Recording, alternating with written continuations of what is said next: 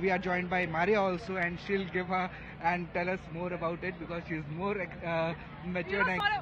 Caste is the only driving factor as far as Bihar politics is concerned. It is not one of the important factors. The fact is that when Nitish Kumar, who is from the Kurmi caste it has just 6% as far as the larger caste arithmetic in Bihar is concerned.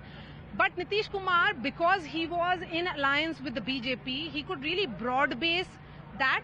And in his years, soon after when he came to power in 2005, there was social engineering Nitish Kumar style. What was that social engineering? What he had done was that out of the OBCs, he ensured that the extreme backward castes emerge out of it. And among the Muslims, he created that caste calculation of Pasmanda Muslims, which are the poorest Muslims among the Muslims. So he ensured that there is a new constituency that emerges for Nitish Kumar. And Pasmanda Muslim, BJP tried to include them in that morcha also. Morcha as well. So then in that case, Nitish Kumar in his tenure from 2005 onwards has done this kind of social engineering. But the larger question then is, who really benefits if this power transition happens and when the alliance moves from JDU BJP to JDU RJD? The two political parties which are gaining visibly here is as if you look at the larger caste calculation, one is the RJD because of course Tejasvi Yadav becomes a part of the government, and let's not forget that Tejasvi Yadav will be forced to implement the promise that he made in 2020 when he said, "मैं first cabinet में 10 लाख नौकरी का फैसला करूंगा." Now the Yuva of Bihar, the youth of Bihar will be asking Tejasvi Yadav, because he has been asking for 19 lakh jobs from BJP. So what really happened? Ensure that that promise is implemented. So will he be able to create that job opportunities? One. Second, I think another gainer would be the BJP, because BJP would now function in an unabashed manner. That there would be no, caution as far as the BJP is concerned. So far, the BJP leaders, despite having the numerical strength bigger than Nitish Kumar, were being careful because they really did not want to antagonize Nitish Kumar. BJP in opposition will be a far bigger force than they have been so far in Nitish Kumar's cabinet. So let's be prepared for a very aggressive opposition that will come from the BJP on every front. So far, Nitish Kumar has been saying that, BJP tried to weaken my government. When the BJP actually occupies the leader of opposition role, when they occupy the opposition space, it will be a different political dynamics completely. So for all the talks, yes, this strength, as far as the numbers on the board is concerned, it will be 160 plus in an assembly where the halfway mark is 122. But let's be clear that will this alliance be a functional alliance? What is the future of this alliance? All that is a big question going ahead. So we heard Maria, she has plethora of experience and she shared with us. Back to studio. Right, Saurav, thank you to you and Maria for breaking that down for us. But stay with us because I'm sure a lot of action is expected to take place as we inch closer to 4 p.m. That's when the crucial meet is going to happen.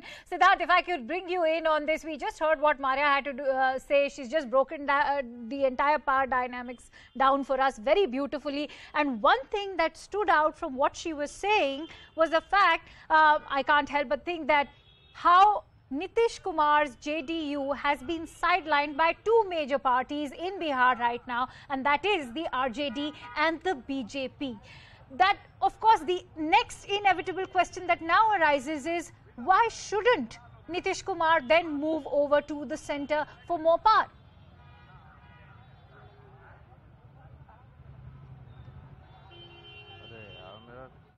Siddharth, can you hear me?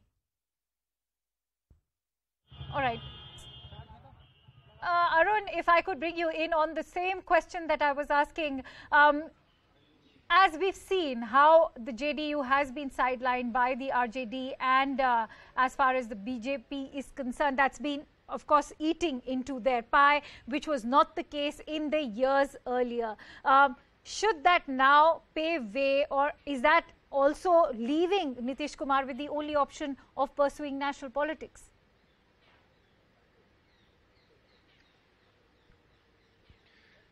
Well, see, what it appears at this moment is that Nitish Kumar, did not have any other option available, because he was sulking. We had seen in the past, not only from his words, but the kind of approach which he has resorted to.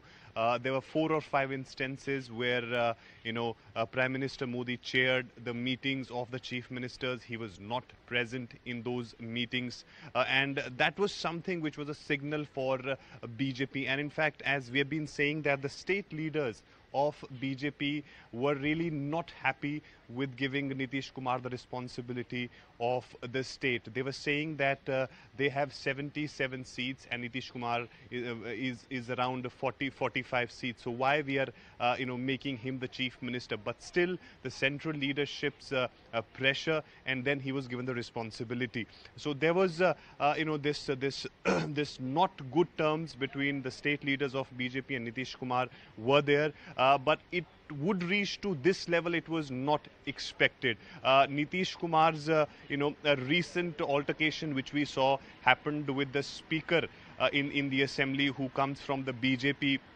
Vijay Kumar Sinha. That is something which hasn't gone down well. He was straight away questioning the home ministry of the state. And remember, Nitish Kumar holds the home ministry. He was questioning the law and order under Nitish Kumar. There were a few instances in which the actions were not taken by the home ministry, and merely they transferred the SPs and the DM of that area. That's something which he raised in the assembly, that by transferring the SP and DM will not change anything. This is just an eyewash. That was one instance which which happened on the floor of the assembly. And in fact, Nitish Kumar responded to that by saying that speaker should work in the ambit of constitution. He should not go beyond that. In fact, there was a meeting after this altercation on the House of Bihar to actually save the BJP and how much of JDU's that exactly? Arun, stay with us, because I'm going to bring in Siddhant on that note and try and get in a sense of all those altercations, how they have translated into for the JDU. Siddhant, if I could bring you in, we all know that as far as Nitish Kumar is concerned, he's way past his peak. Also, he's weakened, his personal popularity is weakened as far as the numbers go for the JDU. We've seen those numbers also reducing. Does it not make sense if one were to speculate that there's the only option? All right, we're getting in a bite from Pashupati Kumar Paras, who's the president of the Rashtriya Janshakti Party. Let's listen in to what Pashupati Kumar Paras has to say.